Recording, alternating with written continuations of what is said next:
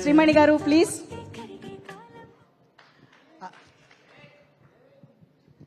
Sir నన్ను బెదరగొట్టకండి sir, already భయం ఉంటుంది నాకు. అందరికీ నమస్కారం.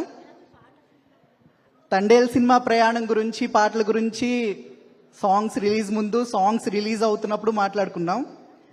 స్క్రీన్ మీద చూసిన తర్వాత అంటే నాకు ఒకే ఒక్క లైన్ చెప్పాలనిపించింది.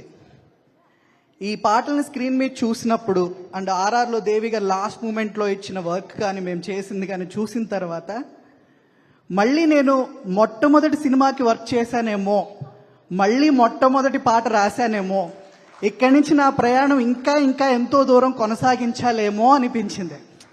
సో ఇందులో ఐరనీ ఏంటంటే 100% love is my debut and ఆ ఫిల్మ్కి మొట్టమొదటి పాట రాశాను.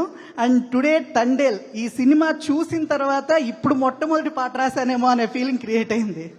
సో ఇంత ప్రయాణం 100% లవ్ టు తండేల్, ఈ ప్రయాణం వెనకాల ఇన్ని సంవత్సరాలు ఉన్నా కూడా ఇన్ని సంవత్సరాల్లో ఇచ్చుకున్న ఎక్స్పీరియన్సెస్ అండ్ అన్నీ కూడా దేవి గారికి యాక్చువల్గా ఒక ట్యూన్ పట్టుకుని ఒక లిరిక్ పట్టుకుని సుకుమార్ గారు తీసుకెళ్ళినప్పుడు నాకు ట్యూన్ సరిగ్గా పాడడం కూడా రాదు. దేవి గారు నేను ఇచ్చిన ట్యూన్ ఒకటి, మీరు పాడుతున్న ట్యూన్ ఇంకొకటి, ఆప్షన్ ట్యూన్.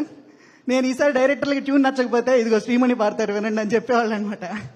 సో అలా ఆప్షన్ ట్యూన్లో పాడే నేను, మీటర్కి కూడా సరిగ్గా రాయలేను నేను, ఇవాళ ఇంత మంచి పాటలు, ఇంత మంచి రెస్పాన్స్ వచ్చే పాటలు రాయగలిగానంటే 100% thanks to my guru, brother and everything guide to me Devi గారు. థ్యాంక్ యూ సో మచ్ అండి. ఎందుకంటే నేను వస్తున్నప్పుడు నా కళ్ళలో ఆ ప్రయాణం అంతా కదిలిందనమాట. I want to share it. అలాగే ఇంకొక పర్సన్ గురించి చెప్పాలి. నేను ఎప్పుడు ఎన్ని పాటలు రాసినా, ఎంత మంచి పాటలు రాసినా, ఆయనకే రాసినా, నన్ను ఎంతవరకు అప్రిషియేట్ చేయని వ్యక్తి ఒకే ఒక వ్యక్తి, ఆయనే బన్నీవాస్ గారు. మేబీ ఏదో ఒక రోజు ఒక అద్భుతమైన పాట ఆయన ఫోన్ చేసి అభినందించే లెవెల్కి రాస్తానని అనుకుంటున్నాను.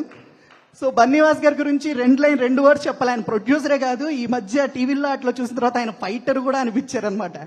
సో ప్రతి చోట ఆయన ఫైటింగ్, దీనికి పాటల కోసం, మాటల కోసం, సినిమాలో ఉండే కథ కోసం, స్క్రీన్ ప్లే కోసం ఆయన చేసే ఫైటింగ్, అలాగే మా పాటల వెనకాల ఉండే ఫైటింగ్, నిన్న మొన్న టీవీలో ఆయన చేసిన ఫైటింగ్ అందరం చూస్తూనే ఉన్నాం. థ్యాంక్స్ టు వాసు గారు ఫర్ దిస్ బ్యూటిఫుల్ జర్నీ. మీ ప్రతి సినిమాలో నాకు మంచి పాట ఇచ్చి ఆదరిస్తున్నారు. అండ్ ఇంకా పాటల గురించి, ఇంకా ప్రయాణం గురించి అయిపోయింది కాబట్టి ఇంకేం చెప్పాలి.